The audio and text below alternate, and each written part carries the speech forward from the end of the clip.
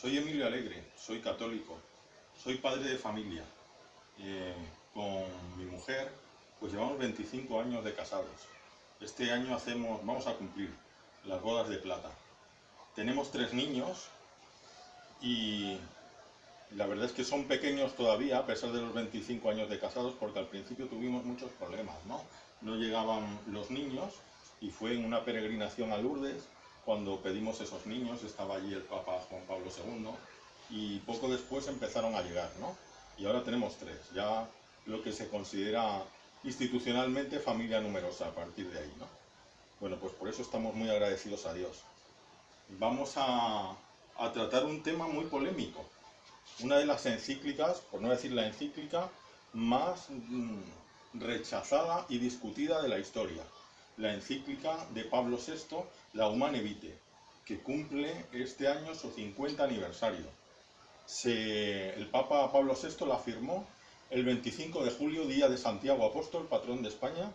La firmó el 25 de julio de 1968, hace 50 años. Yo tenía entonces solamente unos días de vida. Y bueno, pertenezco también a la Asociación Católica Spei Mater, una asociación pro vida, y precisamente la Humane Vitae es una de las bases de nuestra formación y de la formación que damos en las parroquias, ¿no? Lo que conocemos como parroquias por la vida.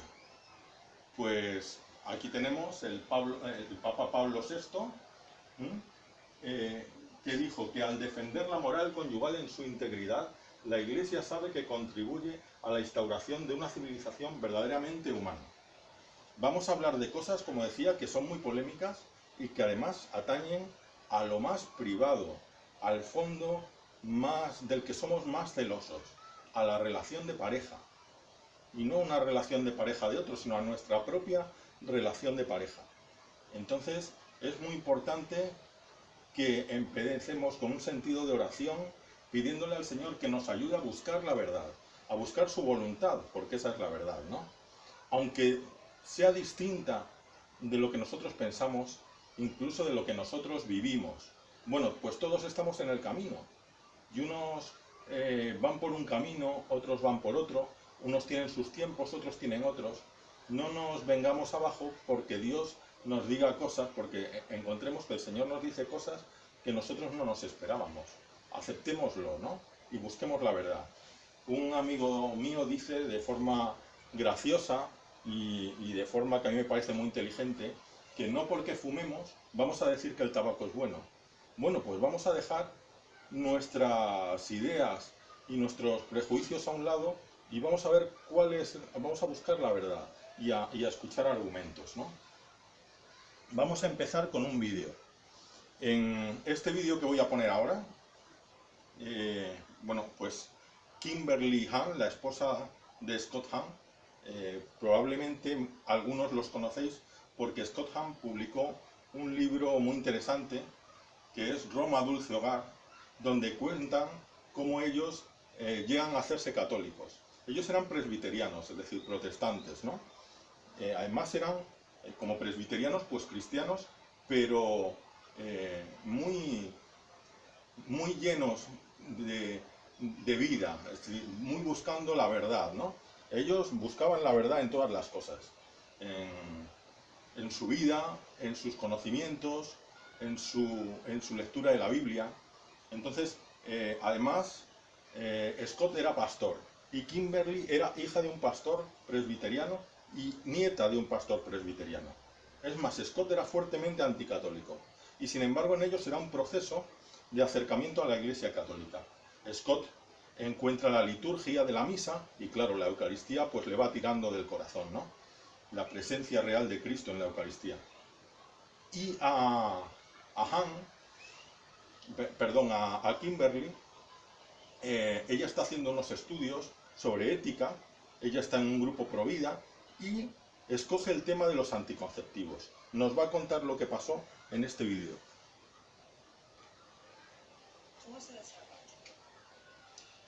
Fui a casa de mi marido y me preguntó, ¿qué tema escogiste? porque a muchos les gustaba elegir cosas como la guerra atómica, eutanasia y otros temas contemporáneos. Y dije, los anticonceptivos. Y él dijo, eso ni siquiera es un problema, ¿en qué estás pensando? Entonces le dije, bueno, tiene que ver con mis charlas de Provida, y además puedo recibir una buena nota por ello, por eso voy a estudiar el tema. Un grupo de 7 personas nos juntamos al fondo de la clase. Y uno de ellos, que quizás pensaba que era el líder, nos dijo, estoy mirando alrededor y veo que no hay ningún católico aquí. Ese seminario no era católico. Y siguió diciendo, entonces el tema no es si los anticonceptivos son buenos o no. Además, supongo que somos todos pro vida. Entonces digamos que los métodos de prevención pueden ser usados por los cristianos. Y claro, aún no habíamos estudiado nada. Y le dije, ¿por qué haces referencia a los católicos? Tenía muchos amigos católicos, pero nunca había oído que la Iglesia Católica no apoyaba los anticonceptivos. Y entonces me dijo, bueno, los católicos están en contra de los anticonceptivos. Y le dije, ¿por qué? Y me contestó, solo hay 2 razones. Primero, el Papa no está casado. Y segundo, su meta es aumentar lo más posible el número de los católicos en el mundo. Y le dije, no puedo imaginar un católico dando esas razones. ¿De verdad esas son sus razones? Y me dijo, si tú quieres saber lo que piensan y por qué, investígalo tú. A mí no me interesa para nada. Entonces acepté el reto y empecé a buscar material. Encontré Humane Vitae y encontré un libro muy importante de... Dr. Kipling, llamado El control de la natalidad y la alianza matrimonial. Y John Kipling, en su libro, dio un montón de razones que yo nunca había pensado. ¿Por qué los anticonceptivos van en contra del matrimonio y en contra de la vida? En particular, su explicación de la ley natural, que nunca había escuchado antes, es, creo, de los argumentos más fuertes que existen.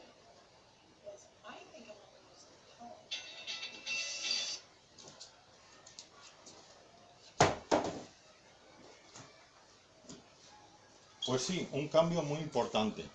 Fuese que creció en la vida de Scott y Kimberly a partir de ese estudio. Es muy curioso, porque nosotros que pensamos que realmente ese rechazo de la Iglesia a los anticonceptivos pues es realmente algo que echa fuera a la gente, pues aquí tenemos un ejemplo de un matrimonio de lo contrario, que son atraídos precisamente a la Iglesia Católica porque se empiezan a dar cuenta de que los anticonceptivos que ellos aprueban, y no solo aprueban, sino que usan, pues no son la voluntad de Dios para ellos. Y es muy curioso cómo luego, no he puesto la entrevista entera del programa Cambio de Agujas, un programa fantástico de testimonios, no he puesto la entrevista entera donde luego, pues ellos se empiezan a dar cuenta de eso y se plantean ante Dios que tienen que cambiar su conducta. Y cuando lo hacen, ella dice, bueno, pero es que yo me podría quedar embarazada esta misma noche. No estamos preparados para eso. Pero a la vez dicen, bueno, pero si esa es la voluntad de Dios y nosotros decimos que queremos seguir la voluntad de Dios, pues habrá que hacerlo, ¿no? Y a partir de entonces su vida empieza a cambiar. ¿De acuerdo? Pues esta es la encíclica Humane Vitae. Está en la página web del Vaticano, donde se puede consultar todas las encíclicas recientes, o vamos, de los contemporáneas, y bueno, es una encíclica que no es muy larga, realmente se puede leer en 1 hora y media, sí es bastante densa, y además nos resulta un poquito, tenemos que leerla hoy con atención, porque se basa en una concepción de la vida sexual y de la vida matrimonial que los que vivimos hoy, incluso yo que tengo ya 50 años, pero a partir de mi generación y las siguientes, no hemos conocido eso. Entonces, apunta con frases cortas, con algunas ideas puntuales, cosas que nosotros quizá necesitaríamos más explicación. Esas explicaciones, por supuesto, están en el magisterio. Y gran parte están también en el magisterio posterior de San Juan Pablo II con su teología del cuerpo, que le pone palabras a esa concepción antigua, en realidad ancestral, y que no es solo del catolicismo, sino que, y no solo del cristianismo, incluso de otras culturas, ¿no? De gente de otras culturas. En un país islámico, por ejemplo, o en un país de otras religiones, su concepción del acto sexual, y ahora veremos por qué, pues no es tan distinta de esa concepción ancestral, auténtica, antigua y nueva que tienen los católicos y que hemos perdido en Occidente, y es la causa de muchas frustraciones. Bueno, pues aquí hay un punto fundamental de la encíclica, el punto 17. No es el esencial, pero es un punto muy llamativo, porque son profecías de Pablo VI, de lo que va a pasar si se extienden los anticonceptivos.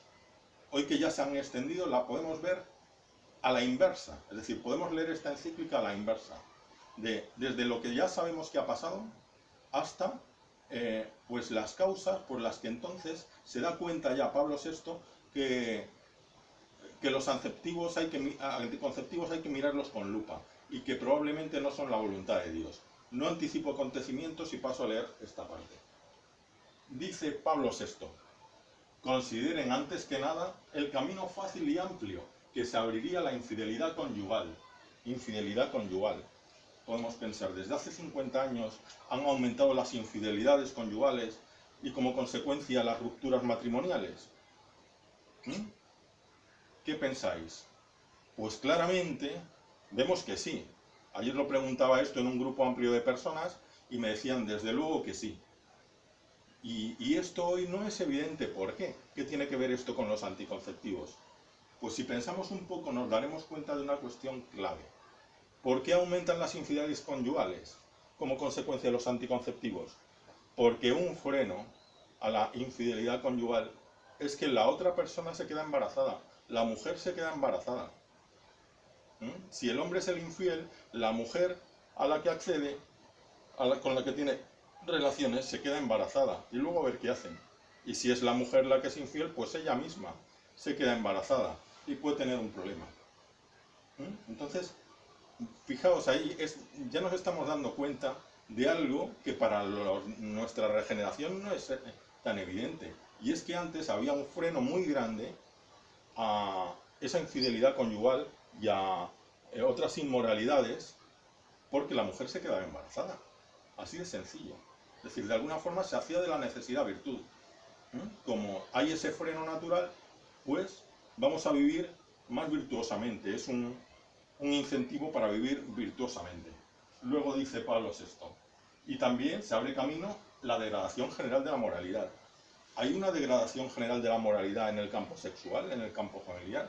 Pues es también evidente, evidente. O sea, esto hoy es innegable. La promiscuidad se extienden las enfermedades de transmisión sexual como consecuencia de eso. Y evidentemente eso está muy facilitado por eso. Porque se ha roto, los anticonceptivos han roto la relación entre la relación sexual y el embarazo.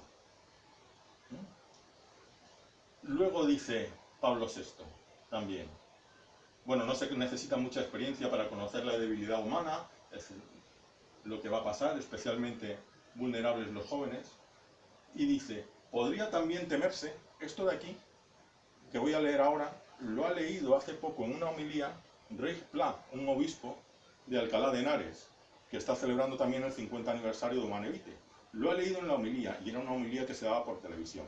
Al oír esto, los medios de comunicación anticatólicos o mundanizados se han echado las manos a la cabeza. Y han dicho, ¿cómo puede decir este señor estas barbaridades? Pues no, creían que estaba hablando por su propia boca, pero no, estaba leyendo la encíclica de Pablo VI. Y lo que dice es esto. Podría también temerse que el hombre, mirad a ver si es verdad, habituándose al uso de las prácticas anticonceptivas, acabase por perder el respeto a la mujer y sin preocuparse más de su equilibrio físico y psicológico, llegase a considerarla como simple instrumento de goce egoísta y no como a compañera respetada y amada. ¿Está ocurriendo esto? ¿El hombre ha perdido el respeto a la mujer? ¿Es capaz de tener relaciones con ella y mañana si te he visto no me acuerdo? Olvidando que ella tiene un corazón, olvidando que ella tiene unos sentimientos, pues eso es evidente. No solo es evidente eso, sino es que también eso ya ha pasado, eso ya pasó hace tiempo. Ahora, y hace tiempo que ya pasa lo contrario, pero hace mucho tiempo, que la mujer también le ha perdido el respeto al hombre en el sentido sexual y es capaz de utilizarlo como instrumento de goce, disfrute, de usar y tirar. Y además, bueno, os puedo contar un caso de un amigo, de un conocido, que es sacerdote, tiene aproximadamente la misma edad que yo, y en sus tiempos jóvenes, pues era una persona pues completamente alejada, ¿no? de la fe, de la moral. Era además un chaval que vivía tipo playboy, es decir, un sábado con una, otro sábado con otra y así, ¿no? Y eso, así estuvo, además, pues, tan tranquilo, es decir, si otras veces pues la mujer se volvía a acercar, la chica con la que se había acostado, pues él ya ni caso, ya no le interesaba, ya por otra, ¿no? Hasta que encontró la horma de su zapato. Y una vez tuvo relaciones con una chica y él se quedó completamente prendado de ella. Dijo, bueno, se quedó realmente enamorado de ella y fue a buscarla. Y cuando fue a buscarla, la chica le trató con un desprecio total, con un desinterés. Bueno, pues esto fue una relación que tuvimos y ya ha pasado, no pasa nada. Hala, adiós, muy buenas. Pero como él trataba a todas esas mujeres. Pero él, eso supuso un golpe. Él se resultó muy dañado y se dio cuenta que él había estado haciendo lo mismo con muchas otras. Eso tuvo un proceso de conversión tanto, pues que hoy es un estupendo sacerdote, ¿no? Pues esto dice Pablo VI, y esto, a quien lo ha repetido hoy, la gente se echa las manos a la cabeza, no sé por qué. Y la última profecía de lo que puede pasar. Reflexiónese también sobre el arma peligrosa que de este modo se llegaría a poner en las manos de autoridades públicas despreocupadas de las exigencias morales. Está diciendo, a ver, es que estamos poniendo en manos de los estados que ellos hasta nos impongan la anticoncepción. Quieran controlar las poblaciones y se metan en nuestra alcoba y nos digan los hijos que podemos tener y nos impongan el usar determinado tipo de anticonceptivos. ¿Ha sucedido esto? Pues por supuesto. El caso más penoso, el de China. China, además, amparado y potenciado por los intereses occidentales, ha reducido su población con la política del hijo único, imponiendo bajo castigos el tener un hijo único. Tanto que allí se han impuesto los anticonceptivos, pero es más, se ha impuesto el aborto. Ha habido mujeres que han sido obligadas a abortar, casi a término incluso, obligadas a abortar para no tener un segundo hijo. Esto ha causado un dolor tremendo entre la población. Es realmente un genocidio el que ha ocurrido allí, pero también sabemos casos de imposición del aborto en otros sitios, imposición de medidas que esterilizaban a las mujeres. Por ejemplo, en indígenas de América del Sur se ha denunciado en muchas ocasiones, en África también, y Pablo VI además, cuando escribió esta encíclica, había tenido ya una serie de luchas con las conferencias mundiales de la población, en las que los grandes potentados que realmente rigen los destinos políticos del mundo, muchas veces en la sombra, habían decidido, esto se puede leer por ejemplo en el Memorándum 200 de Seguridad Nacional de los Estados Unidos, pero no le echo la culpa a los Estados Unidos, todo Occidente acordó hacer esto, pues como eran necesarias las materias primas de países pobres para la supervivencia y el mantenimiento de la industria de los países ricos, necesitaban esas materias primas a precio de saldo. Y si aumentaban las poblaciones, por ejemplo en África, lo más importante, África es un campo minero, realmente tiene una riqueza minera extraordinaria, y de ahí se están extrayendo muchísimas materias primas, pues para conseguir eso a precio de saldo, lo que tienen que hacer es mantener reducidas a las poblaciones para que no protesten. África no está superpoblada, está mucho menos poblada que Europa, por ejemplo. Y para mantener a raya esas poblaciones, pues ¿qué dijeron? Pues vamos a extender la anticoncepción. Vamos a extender la anticoncepción y el aborto. Como no han tenido demasiado éxito, ya se lo decía Pablo VI, que la solución no era esa, sino ayudar al desarrollo de esos países y que esa riqueza también sirviera para su desarrollo. Como no le hicieron caso, pues tenemos hoy las políticas migratorias huyendo de la pobreza y de la persecución. Bueno, pues esto es lo que se ha producido. Claro, esto nos hace ver que aquí ha pasado algo en este tiempo, ¿no? Ha pasado algo. Ha habido una revolución, se ha llamado la revolución sexual. Es la revolución social quizá más grande de la historia, porque ha cambiado el comportamiento de las personas en algo fundamental, en algo que es la base de la sociedad, que es la relación del hombre y la mujer. La relación del hombre y la mujer es el fundamento de la humanidad, de la sociedad. Así de claro. Si se cambia eso, cambia todo. Y esos son los cambios que estamos viendo. ¿Y por qué pasa eso? Pues aquí tenéis una foto de unas personas de finales del siglo XIX, jóvenes, probablemente se acaban de casar, seguramente tienen vestido de luto por la muerte de algún familiar. En concreto son mis bisabuelos, eran profesores los dos, aquí en un astillero en Matagorda, cerca de Cádiz, en Puerto Real. Se conocieron allí y se casaron. Estas personas tenían una concepción de la vida sexual muy distinta. ¿En qué era distinta? ¿En qué os parece que era distinta? Pues está claro. La vida sexual estaba ligada indisolublemente al matrimonio, a un proyecto de vida juntos y para siempre. ¿Por qué pasaba eso? Bueno, pues hay algo primordial, y es la unión indisoluble de la relación sexual y la procreación y el embarazo. Cuando se tenían relaciones sexuales, era para tener hijos. Era para, por supuesto, para unirse la mujer, para disfrutar juntos de esa relación sexual, pero indisolublemente unido a tener hijos, siempre para tener hijos, siempre en el contexto de saber que la mujer se quedaba embarazada. Esa unión, que entonces estaba de base en la cabeza de cualquier persona, hoy en día está rota. Hoy pensamos en la gente de mi generación y posteriores, hemos crecido pensando en la relación sexual como algo para el placer. Y luego, pues ahí en el matrimonio, cuando se quisiera y se dejaran de tomar anticonceptivos, pues para tener hijos. Pero la relación sexual ha cambiado lo que es. O mejor dicho, no ha cambiado. Porque en la naturaleza, la relación sexual es lo que es. Y la relación sexual tiene su propia esencia. Y porque nosotros demos un anticonceptivo, con eso no cambiamos automáticamente lo que es y la esencia de la relación homosexual o sexual. Entonces ahí, pues realmente se produce un cambio tremendo, ¿no? Un cambio tremendo, pues que deriva en todas estas manifestaciones que estamos viendo, ¿no? Desde la promiscuidad sexual hasta la homosexualidad, es decir, si la relación sexual es simplemente para disfrutar, bueno, pues también eso es lo mismo que una relación heterosexual que una relación homosexual.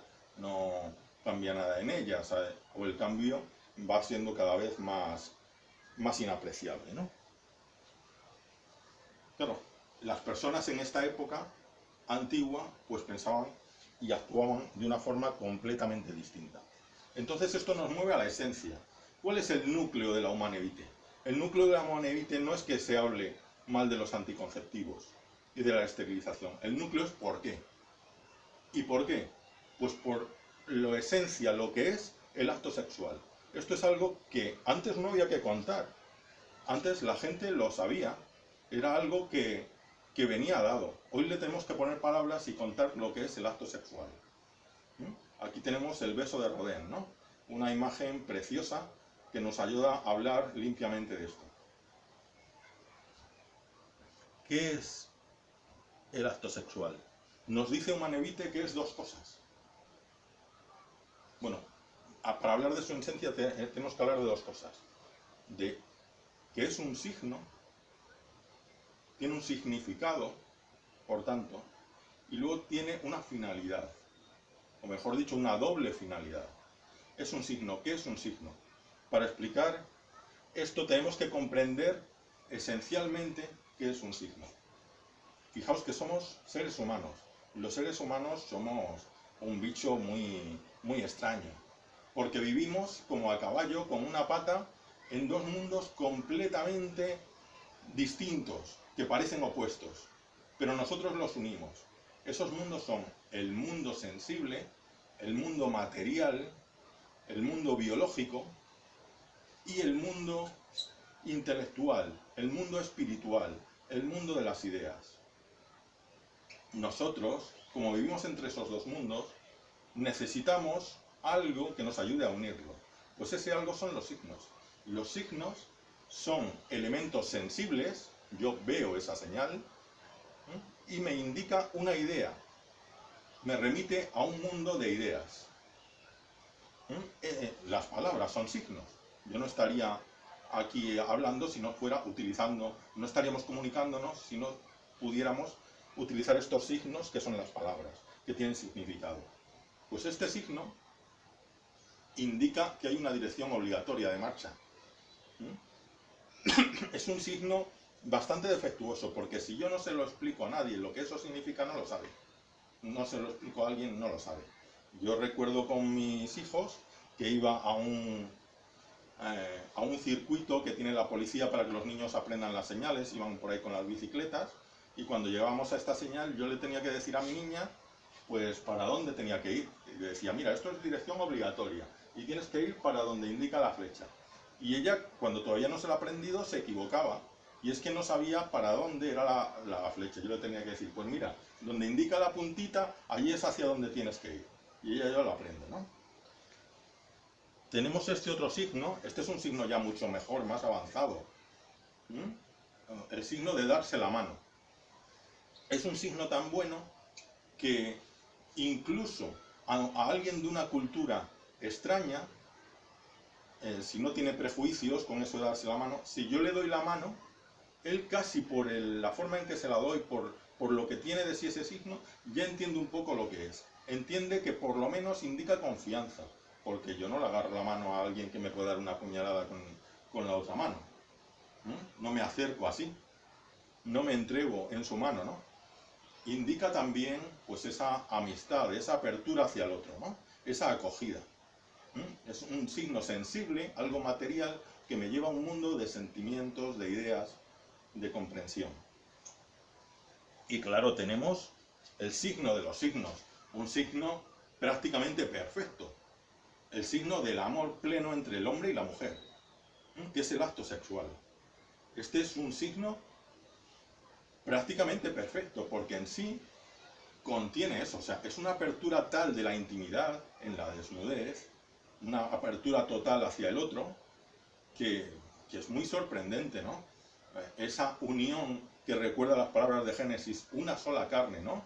Esa unión total que casi llega a superar la impenetrabilidad de la materia, o sea, a hacerse uno el uno con el otro, una entrega absoluta, total, íntima, que indica esa entrega corporal, también la entrega espiritual.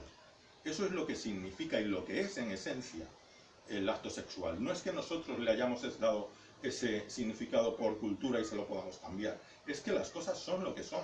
Y esto naturalmente es lo que es el acto de amor, ¿no? Decimos que tiene este significado, amor esponsal. No cualquier amor, el amor de los esposos, que es un amor especial, ¿no? Un amor fiel, un amor para siempre.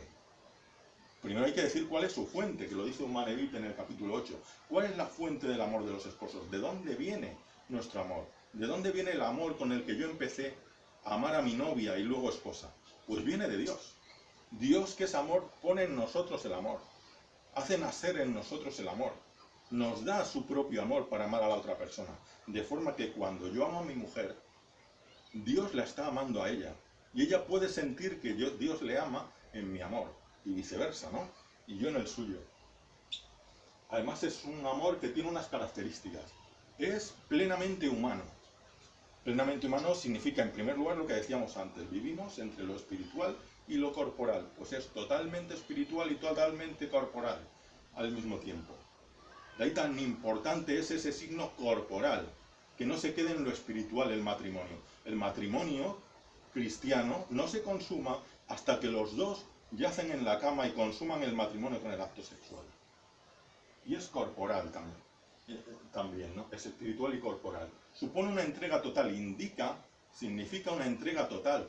Tú no te abres tanto a una persona, o así es la naturaleza del acto sexual, sino es esa persona con la que compartes la vida. Y la compartes, por tanto, para siempre, no para hoy y para mañana. Naturalmente, las cosas están hechas muy bien. Dios ha hecho muy bien las cosas. Es lógico que precisamente este acto donde Dios ha puesto también el nacimiento de la vida sea un acto de entrega total y entrega para siempre, porque es en una familia con unos padres que se aman de verdad y para siempre, donde los hijos necesitan ser educados y merecen ser educados. Luego siempre puede haber problemas como la muerte de uno, la muerte de otro, las enfermedades, etc. Puede haber muchos problemas, pero el acto sexual está preparado para eso, y eso es lo ideal, ¿no? Es fiel y para siempre. Y es fecundo, ¿no? En este misterio del amor humano, porque yo por muchas palabras que diga aquí, pues siempre serán palabras feas, palabras insignificantes para expresar la grandeza del acto sexual y del amor humano, del hombre y la mujer. La base no es de la humanidad, que Dios ha querido poner para la humanidad. Y en ese misterio del amor del hombre y la mujer, Dios lo ha unido a otro misterio, y es que ese amor es fecundo.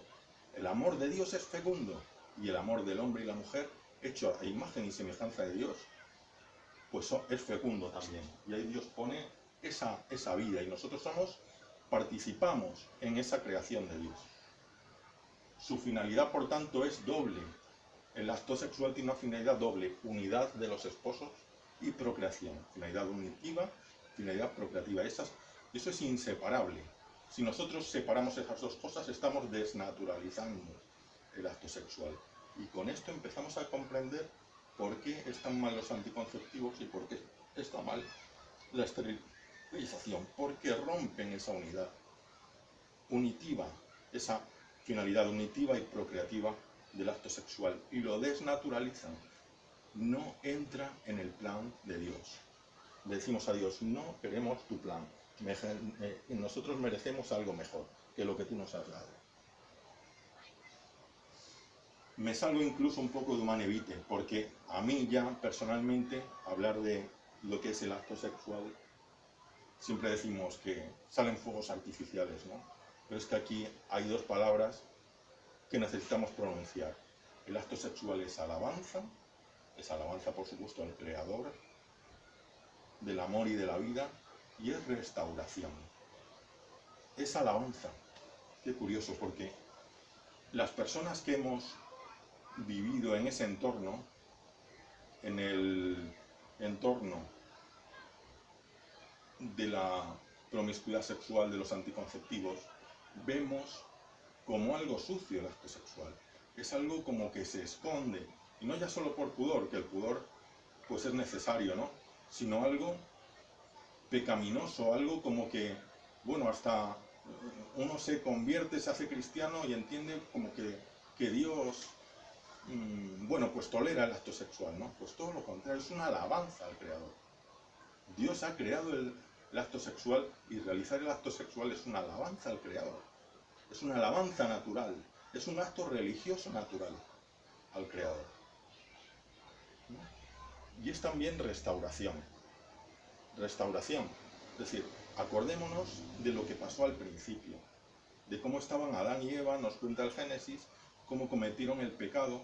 Es decir, ellos le entregan su libertad, la libertad que Dios les ha dado, en vez de usarla y comer de los árboles que quisieran y confiar en el Señor que de ese no debían comer. En vez de eso, pues deciden entregarle su libertad al tentador, al enemigo de la naturaleza humana, que así se le llama también, al homicida desde el principio, al que está contra la vida.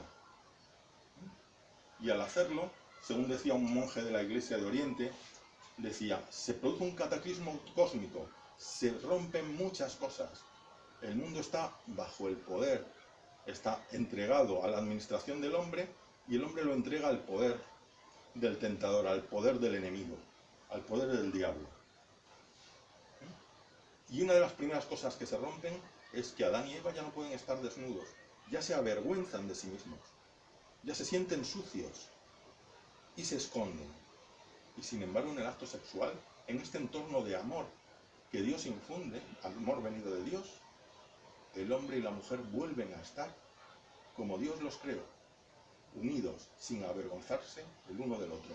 O eso es un acto de restauración. Restauración. Estos son Tobías y Sara. Cuando yo me casé, bueno, Tobías y Sara me enseñaron mucho.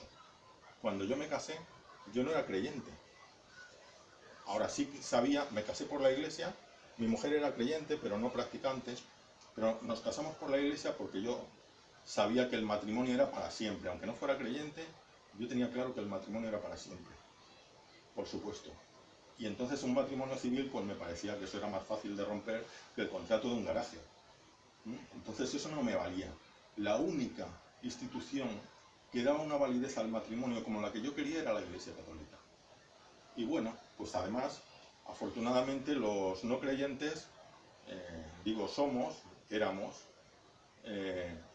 somos bastante incoherentes o bastante poco obstinados, afortunadamente, porque ser coherente en lo malo, pues es ser obstinado a veces, ¿no? Y bueno, sabéis que hay encuestas que dicen que la inmensa mayoría de los ateos rezan. Pues yo rezaba.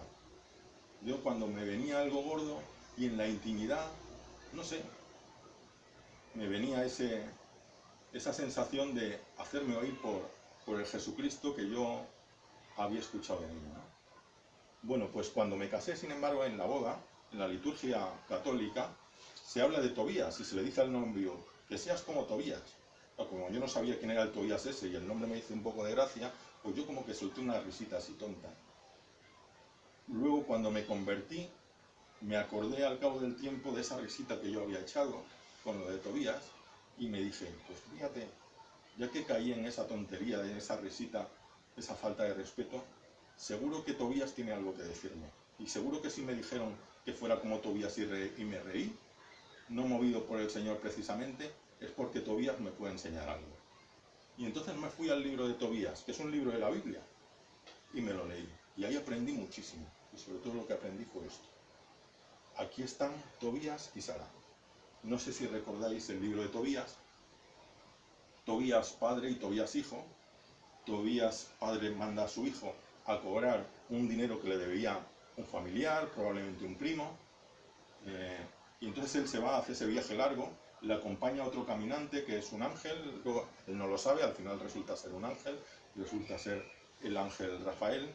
En el camino pues le dice el ángel que pesque un pez en un río, Tobías lo pesca, le dice que coge el hígado y que se lo guarde porque eso le va a servir luego para algo, él lo hace, y llegan a casa de Raguel, aquel que le debía el dinero a su padre, un pariente, y bueno, pues le va a dar el dinero y le da el dinero y Tobías se queda completamente prendado de su hija, Sara. Sara tenía una maldición, había ahí un demonio Asmodeo que la había maldito, la había maldecido, y se había casado varias veces y todos sus maridos no habían llegado al día siguiente. Entonces, ahí había algo raro. Luego, Rafael, el caminante, cogerá ese hígado de pez. Ese pez sacrificado nos recuerda al sacrificio de Cristo, cuyo poder ahuyenta a los demonios. Tobías y Sara se casan y van a la noche de bodas. Y en la noche de bodas llega allí toda la familia, le preparan la habitación para que pasen la noche de bodas. Ahí jiji, jaja, no sé cuántos, le arreglan la habitación, los dos dentro se van y cierran la puerta. Y cuando se van y cierran la puerta, pasa lo siguiente. Lo vamos a leer en la Biblia, la oración de Tobías y Sara, en el libro de Tobías. Tobías 8, 4 al 8. Dice: Cuando todos hubieron salido y cerrado la puerta de la habitación, Tobías se levantó de la cama y dijo a Sara: Levántate, mujer, vamos a rezar pidiendo a nuestro Señor que se apiade de nosotros y nos proteja. Ella se levantó y comenzaron a suplicar la protección del Señor. Tobías oró así: Bendito seas, Dios de nuestros padres, y bendito tu nombre por siempre. Que por siempre te alaben los cielos y todas tus criaturas. Tú creaste a Adán y le diste a Eva su mujer como ayuda y apoyo. De ellos nació la estirpe humana. Tú dijiste: no es bueno que el hombre esté solo, hagámosle una ayuda semejante a él. Al casarme ahora con esta mujer, no lo hago por impuro deseo, sino con la mejor intención. Ten misericordia de nosotros y haz que lleguemos juntos a la vejez. Los dos dijeron: amén, amén, y durmieron toda la noche. Otras traducciones dicen: y se acostaron para pasar la noche. Ya entendemos que ahí pasó lo que pasa entre los esposos la noche de bodas. Bien, a mí esto me cambió. Me cambió la forma de concebir esto, el el acto sexual no es algo que se esconde de Dios, todo lo contrario, es una alabanza a Dios. No es que nosotros tengamos que hacer una oración cada vez que nos acostamos juntos. No, es que en sí ese acto es una oración. Fijaos, este icono precioso. Este icono precioso donde Tobías tiene ese rollo de la oración, donde detrás está el ángel que ha quemado el hígado del pez y por el poder de Dios ha arrojado esa presión del maligno sobre el acto sexual. Y lo que tienen detrás Tobías y Sara, ¿qué es? La cama, el lecho nupcial. Es decir, están haciendo una alabanza a Dios y la van a hacer en el altar, que es el tálamo, el lecho nupcial. El lecho nupcial es ese altar de ese sacramento natural, un signo que da alabanza a Dios y que Cristo elevará a la grandeza de sacramento. Elevará porque puede ser elevado, porque tiene en sí lo que hace que pueda ser una materia para ser elevada, porque es bueno, porque es un elemento de restauración.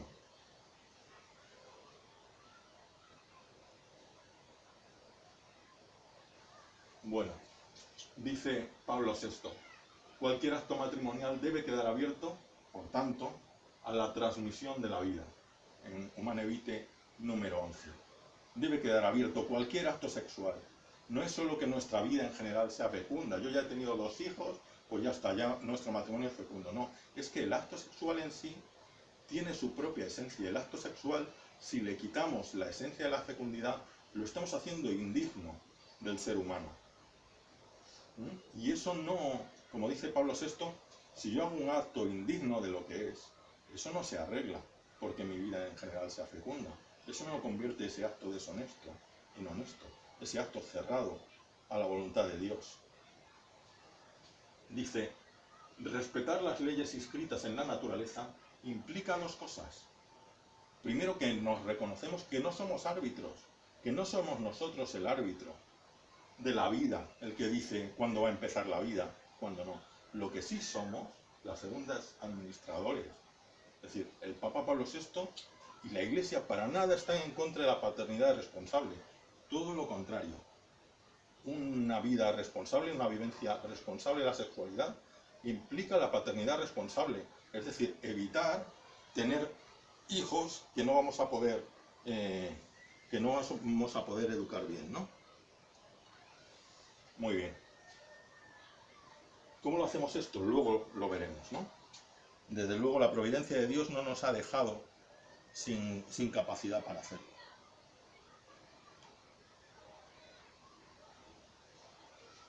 Un ejemplo negativo, de la Biblia también, el de Omar y Tamar, o el de Onán y Tamar, en Génesis 38, 6, 10, lo podéis encontrar.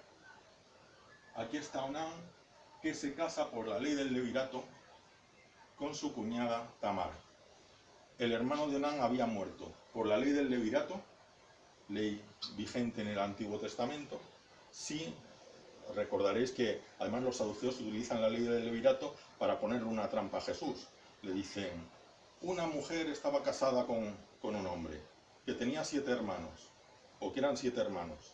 Entonces, el primero de los hermanos muere, y el segundo, para darle descendencia a su hermano, se casa con ella. Esa era la ley del levirato.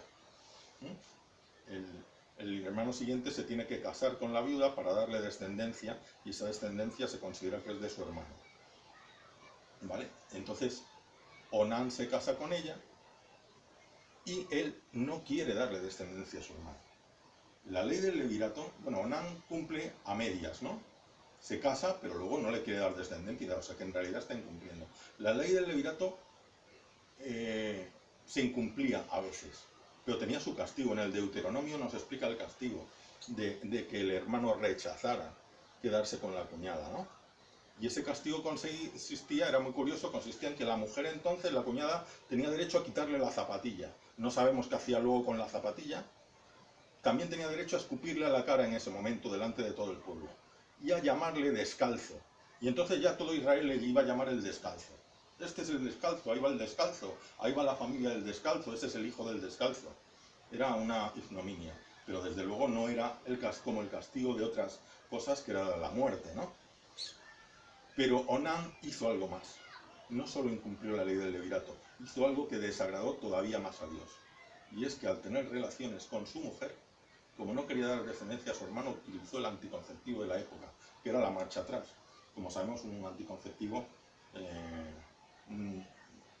no del todo efectivo, porque a veces en las secreciones iniciales ya hay espermatozoides, o sea que con la marcha atrás, a pesar de eso, la mujer se puede quedar embarazada, pero era lo que había y eso él lo usó. Eso desagradó tanto a Dios que Dios le hizo morir. La historia de Onán. Quedan, por tanto, excluidos como ilícitos en Manevite 14 el aborto, por supuesto, la esterilización y los anticonceptivos. Aunque habla sobre el aborto, esta encíclica no es específica sobre el aborto. Habla del control de la natalidad, etc., ¿no? Entonces, aquí, por supuesto, como control de la natalidad, cita el aborto, pero no se dedica a hablar sobre el aborto. Sobre eso tenemos otras encíclicas, como Evangelium Vitae de San Juan Pablo II, y también muchas anteriores, muchos testimonios anteriores del magisterio de la Iglesia, ¿no? Por cierto, tengo que decir, soy farmacéutico también, trabajo en un hospital, los anticonceptivos, muchos, los hormonales, también tienen un cierto efecto abortivo. No funciona siempre, pero cuando el anticonceptivo hormonal, por supuesto el DIU también, cuando no se consigue frenar la concepción, que es como funcionan en su mayor parte, lo que hacen es impedir la unión del óvulo y el espermatozoide, pero eso no siempre funciona.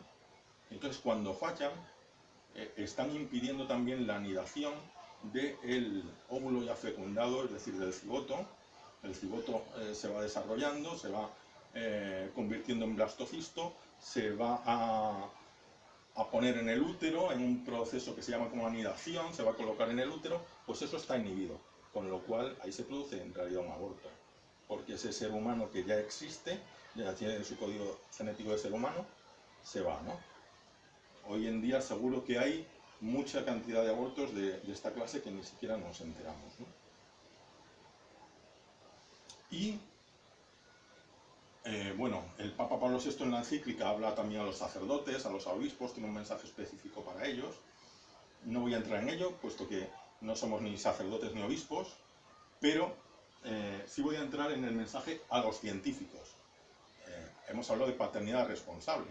Pues providencialmente, en un momento en que la paternidad responsable pues es necesario ejercerla más, nuestros abuelos, por suerte o por desgracia, en gran parte no tenían esa necesidad porque la mortalidad infantil era enorme, con lo cual las familias no eran tan grandes y la capacidad para sacar adelante las familias era más sencillo sacar adelante un hijo, era más fácil, pero hoy si tuviéramos todos los hijos que pudiéramos, pues tendríamos familias pues, de más de 10 niños en gran cantidad, ¿no? Necesitamos buscar métodos que respeten que cada acto sexual que practicamos no sea tomando anticonceptivos, no sea cercenando su esencia. Y entonces Pablo VI se lo dice esto a los científicos, en un mensaje a los científicos. En tiempos de Pablo VI los métodos que había métodos ya que funcionaban más o menos aceptablemente para mujeres con ciclos regulares. El método de la temperatura, del calendario y tal, ¿no? Pero que tenían todavía muchos fallos. Entonces él habla a los científicos. Y hay varios científicos que recogen su idea. Me voy a referir especialmente al Billings, al matrimonio Billings y al matrimonio Creighton. No he encontrado la foto del matrimonio Creighton, pero aquí tenemos a Thomas Hilliard, que es uno de los grandes promotores de su método, ¿no? Estos precisamente leen Humane Vitae y se quedan prendados y dicen, pues esa llamada a los científicos en realidad viene por mí. Y yo voy a investigar eso. Entonces ellos con sus mujeres se dedican a investigar estos métodos, ¿no?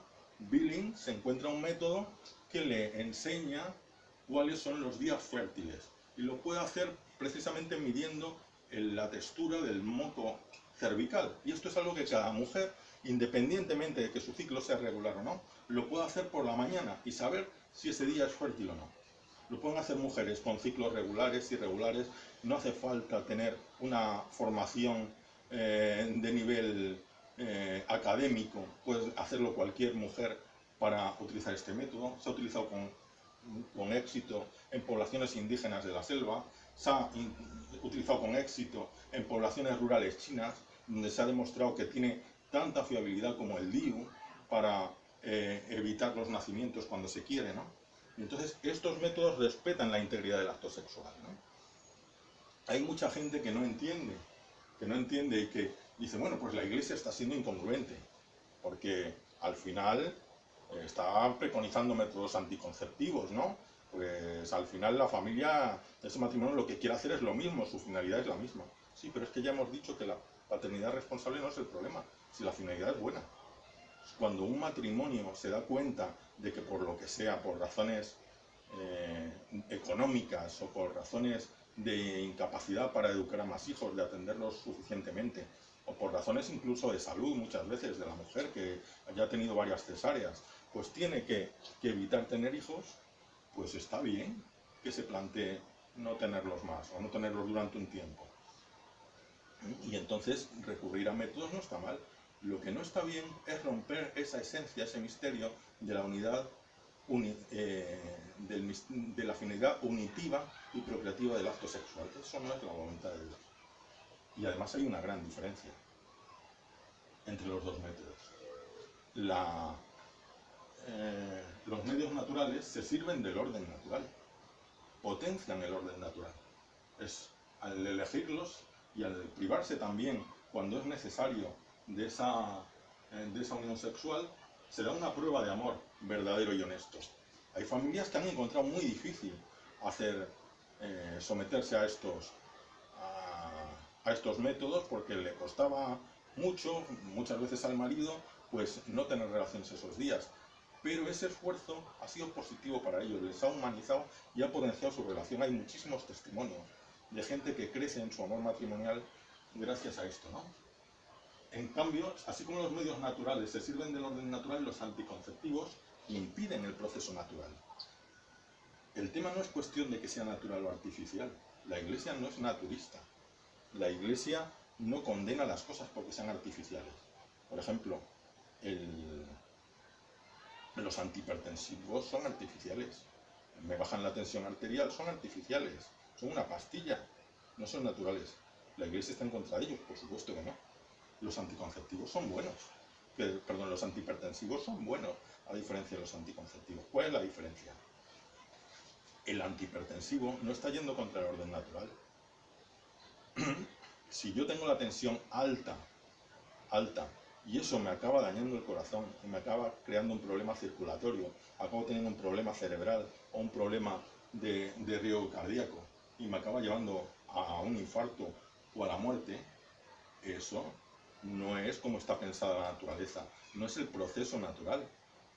Ahí lo que ha pasado es que hay un desorden de esa naturaleza.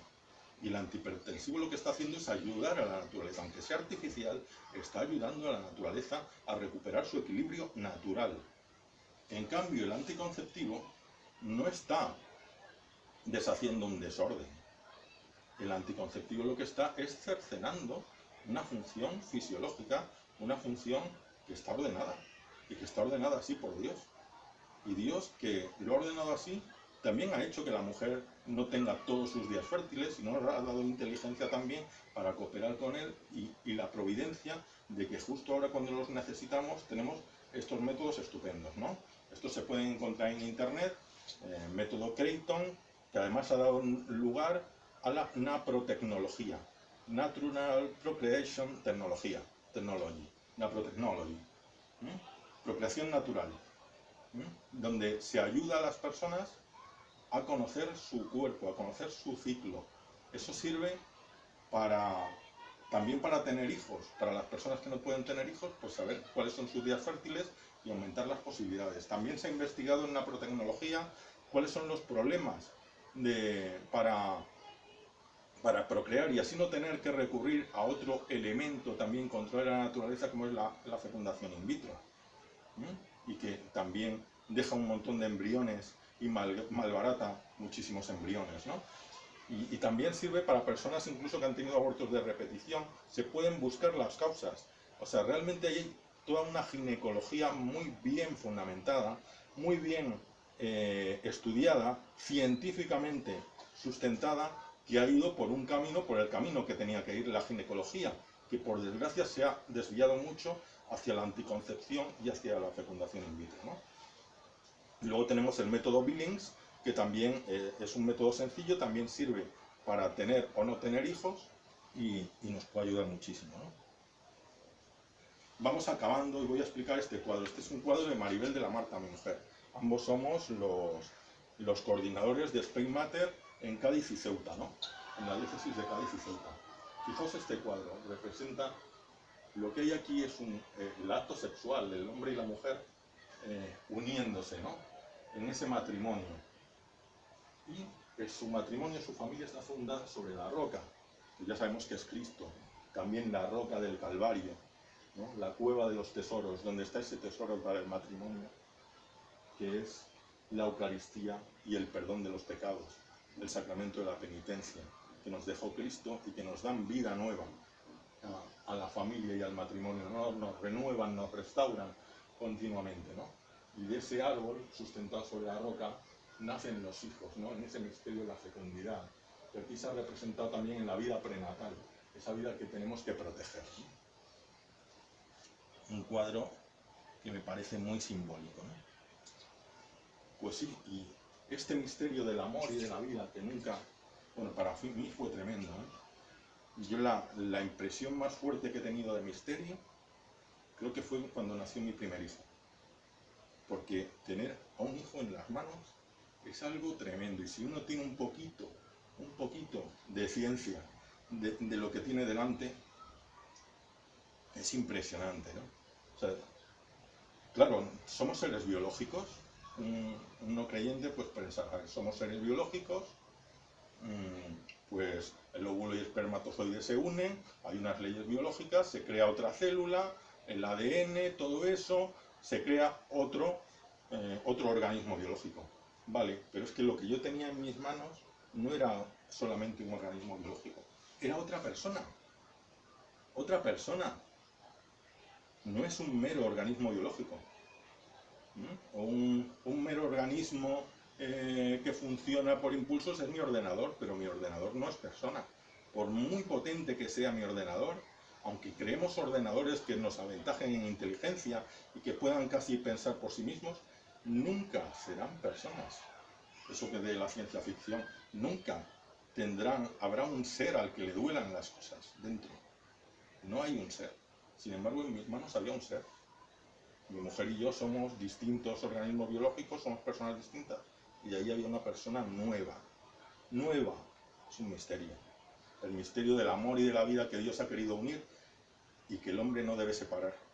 Recordamos aquí las palabras de Jesús. Él lo aplicó a la pareja, al matrimonio. Lo que Dios ha unido, que no lo separe el hombre.